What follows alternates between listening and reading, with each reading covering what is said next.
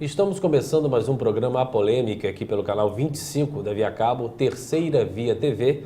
E hoje nós temos a grata presença do professor universitário, jornalista e presidente da Associação de Imprensa de Campos, Vitor Menezes. E nós vamos tratar de uma série de assuntos não só inerentes à profissão, o jornalismo, mas vamos falar também desse boom midiático, de manifestações que estão ocorrendo em todo o país. Eu acho que o momento é um momento de extrema pertinência e eu queria agradecer muito ao Vitor por estar aqui com a gente hoje. Eu que agradeço a oportunidade de bater esse papo aqui nesse momento e estou à disposição para interagir com você acerca desses assuntos que são apaixonantes e que são assuntos de interesse público. Muitas vezes são vistos como assuntos apenas de corporação, às vezes assuntos internos que dizem respeito somente aos jornalistas, mas a gente sempre tem dito que são interesses da sociedade que estão envolvidos. Então é muito bom a gente ter oportunidade como essa para tratar desses assuntos. E eu acho que a primeira pergunta que eu gostaria de fazer a você, antes de entrar propriamente dito nas questões que estão acontecendo pelo país afora, eu tive essa impressão, não sei se você também teve, de que os jornalistas propriamente dito, aqueles que trabalham diariamente nas redações de jornal, demoraram um pouco a entender o fenômeno que estava acontecendo, que começou lá com uma reivindicação de 20 centavos de redução em São Paulo, começou a se propagar e a imprensa ficou ainda um pouco dividida, o que se apresentava, o que estava acontecendo. Essa impressão minha procede? Qual é a leitura que você faz disso? Eu creio que sim, eu creio que a gente não entendeu bem até hoje, porque é um fenômeno que ainda está em desenvolvimento e o jornalista convive com isso o tempo todo, né? Quando você tem que testemunhar e noticiar aquilo que está acontecendo, nem sempre aquilo se apresenta de forma muito clara. E o jornalismo, ele é uma indústria de notícias, né? Então ele tem uma espécie de metodologia, de caixinhas, né, de procedimentos, em que ele vai se encaixando para poder cobrir a realidade. E quando a realidade não está dentro da caixinha, né, quando a realidade não cabe exatamente naquele conjunto, foge ao padrão, isso para falar somente em termos técnicos, sem falar de implicações ideológicas, políticas, que a gente também pode conversar, mas inicialmente falando desse aspecto, né? Você está preparado para uma rotina produtiva, um tipo de notícia, né? O que a gente chama de newsmaking, né? Você tem uma redação, você tem um determinado número de equipe, você tem uma estrutura, você tem uma linguagem que está com o país num determinado cenário. E esse país muda de cenário completamente. E às vezes as engrenagens são meio lentas, né? Claro que isso se soma a todo um conservadorismo e um engessamento também da imprensa para lidar com esses temas, sobretudo os temas populares, né? Os temas que vêm porque fogem do controle, né? Então, há sim uma certa lentidão de entender isso, mas também não é de todo ruim, até porque a imprensa não tem que ter bola de cristal mesmo, às vezes cobram muito da imprensa. Como que você não antecipou isso? Como que ela ia antecipar isso? Que bom que não antecipou, né? Que bom que a sociedade consegue surpreender a imprensa, né? Então, deu uma pauta tão original, né? Sem dúvida, ótimo, né? Esse momento é maravilhoso. Então a imprensa tem realmente uma certa dificuldade nesse tipo de cobertura, somado a um conservadorismo tradicional do Brasil, né? Eu acho que, e outra questão também, eu acho que depois da ditadura militar e depois das diretas já, talvez tenha sido, se me corrija se eu estiver equivocado, a maior manifestação que o país presenciou. E esta manifestação também tira um pouco da fama de letargia, de marasmo, que nós sempre carregamos, principalmente depois da ditadura militar? Sim, a maior e com características muito especiais, né? Muita gente compara aí com Fora Collor, muita gente está estranhando inclusive a rejeição às formas institucionais, às bandeiras, aos partidos, até os movimentos que sempre estiveram na rua, como o MST, né? Você tem segmentos das manifestações que rechaçam até o próprio MST, que sempre esteve nas ruas, né? Sempre esteve acordado, né? Para poder usar o jargão que o pessoal está usando.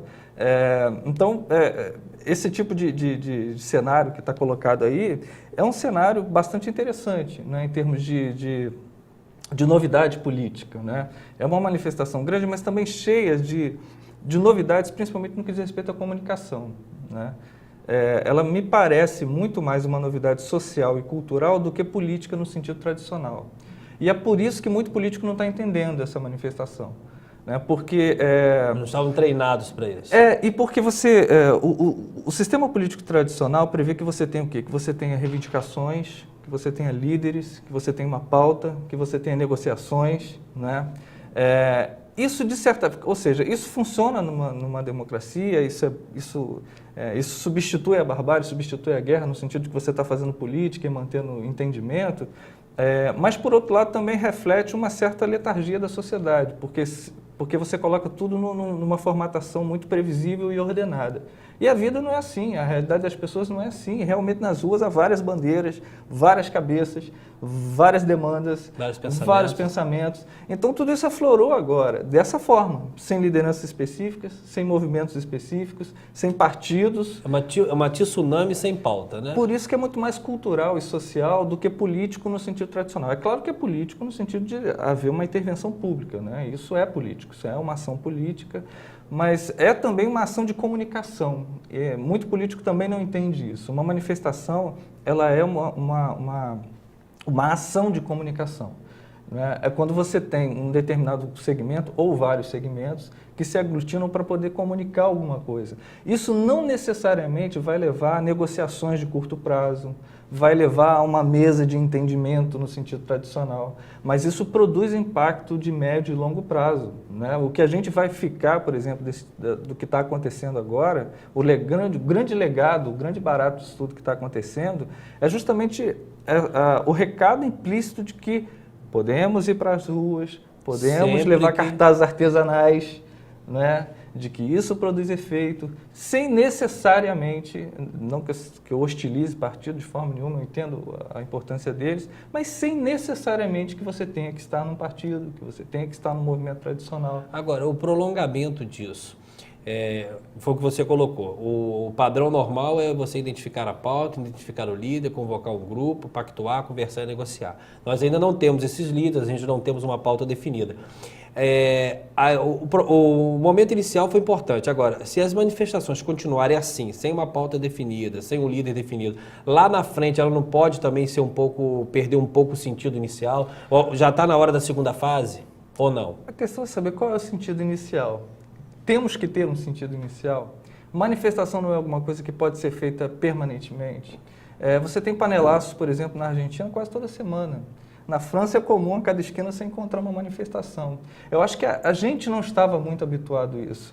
A gente não precisa, que às vezes a gente até na imprensa, né? A gente quer ver o fim da novela, onde que isso vai dar. E não tem que dar. Não tem que dar agora, não tem que terminar agora. Até porque os problemas também não param, né? É claro. Né? Então, o grande barato é você ter essa cultura da manifestação permanente. É claro que daqui a pouco não serão mais 800 mil, 1 milhão nas ruas, mas você ter incorporado na sociedade que isso é normal, legítimo, saudável, bom para a democracia, de que não há problema nenhum você ter manifestação na rua. É extremamente normal. É implantar de novo o resgate da reivindicação dentro do cenário. Sem dúvida. E de que isso é um sintoma de vitalidade. Isso não é um sintoma, no sentido mais conservador, havia um pouco aquela noção de que isso é baderna, é vandalismo. Inclusive, a gente tem que tomar um certo cuidado com essa apropriação que estão fazendo do termo vandalismo e dessa atribuição a todos os aspectos que aparecem como sendo mero vandalismo. Porque a gente sabe, e aí é claro que eu não quero incitar nenhuma forma de violência, a gente sabe o caminho civilizatório que a gente está fazendo, né, ao longo de séculos aí, para poder abrir mão da violência como forma de exercício de poder. Mas a realidade, a política real, a gente sabe que também é feito, ou seja, é feito por influência simbólica, é feito por influência econômica, é feito por influência da força também. A questão que está colocada... Uma democracia sem grito, né? Reivindicação sem grito, né? Sem dúvida. E boa parte, a gente precisa admitir, boa parte da repercussão que essas manifestações tiveram agora foi justamente porque ela tem aspectos violentos. Né? Esse recado todo não teria sido dado, eu não estou fazendo apologia disso, eu estou fazendo uma constatação real. Né? Inclusive por força das imagens. Eu você acha que foi na dose ou extrapolou um pouco a dose? Não sei. Partindo do princípio que não é uma coisa orquestrada, né? Exatamente. Eu não sei se dá para avaliar isso dessa forma, entendeu? Não sei se há doses para insatisfação. Mas de repente teve todos os ingredientes que uma manifestação acaba tendo. Exatamente. Né? Então, aí isso sinaliza com força para os agentes políticos, né? Para quem está nos ambientes decisórios, né? Isso faz o pessoal prestar mais atenção. Né? Você percebe a força daquilo e até as consequências não controláveis daquilo. Porque um dos papéis do Estado, e a definição de Weber para o Estado é essa, né? É manter o monopólio da força sobre determinado território.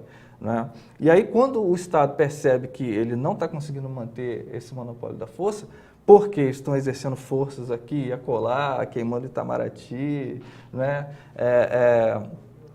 O Estado... A chegada simbólica ao Congresso, porque né? chega no... Exatamente, né? Aquela força.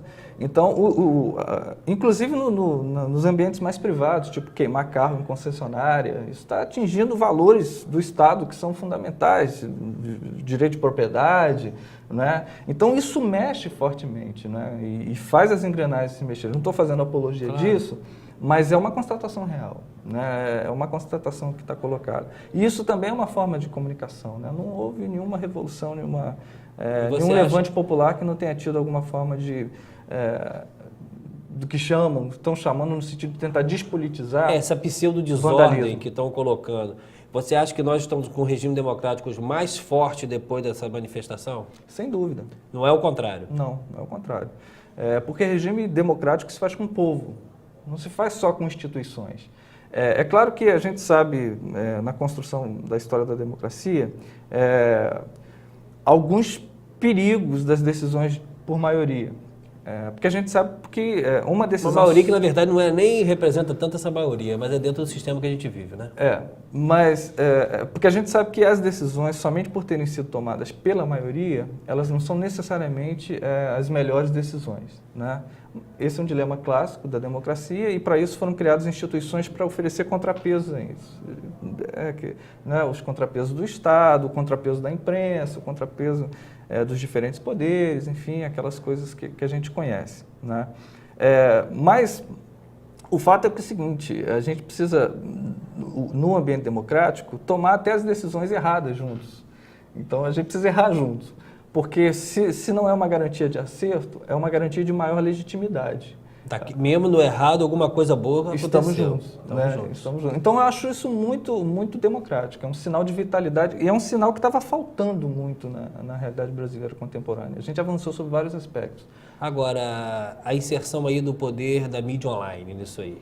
Você acha que ela teve realmente um papel importante e a partir de agora foi um divisor de água, ela vai ser olhada de uma forma diferente pelas autoridades, pela política, ou ela vai continuar com esse pseudo-descrédito? Olha... Você como jornalista tradicional, né? Qual a leitura que você faz disso?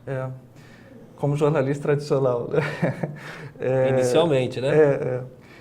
Porque passei, né, conheço essa realidade, entendo bastante dos seus mecanismos e tal, e aliás, é formidável estar vivendo essa transição, né? Não quero tomar aqui um certificado de idade, mas eu peguei máquina de escrever ainda no Jornal Cidade, você tem ideia do que é isso, né? Então, é sensacional pegar essa transição toda, né?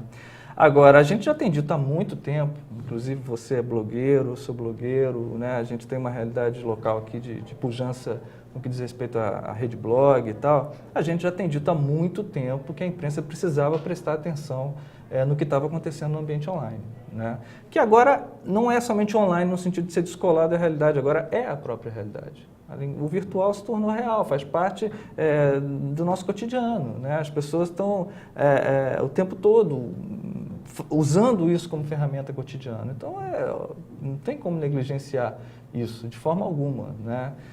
Muito pelo contrário, eu acho que tem que prestar atenção, né? Eu acho que pela primeira vez está acontecendo um fenômeno interessante. Antes as pessoas tinham que olhar para a imprensa para poder saber das novidades. Agora é a imprensa que tem que olhar para as pessoas para saber das novidades, né? Demorou para acontecer isso. Muita gente já vem falando isso desde o século XX. Já tinha E muitas gente falando pautas isso. ricas saem da rede online, né? Sem dúvida. A realidade está lá, né? Quer dizer, a realidade traduzida em linguagem, né? Claro que há uma dimensão concreta ainda, né? A gente ainda está aqui, né? Mas o mundo virtual está espelhando a realidade de forma muito mais dinâmica. Beleza, eu quero até lembrar vocês aqui que, se tratando de rede blog, talvez o Vitor tenha um dos blogs mais antigos da cidade, o blog Urgente, né? E, logicamente, que depois do intervalo, a gente está chegando ao fim do primeiro bloco, nós vamos conversar um pouquinho também sobre essa questão dos blogs que em Campos tem uma característica própria, né? Mas nós vamos ao intervalo rápido e daqui a pouco a gente volta com o Vitor Menezes aqui no A Polêmica.